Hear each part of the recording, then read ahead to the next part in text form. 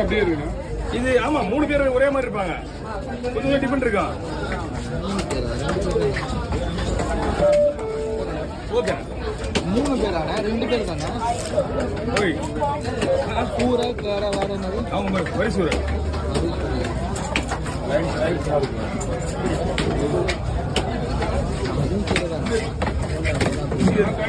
Okay sir, வாங்க.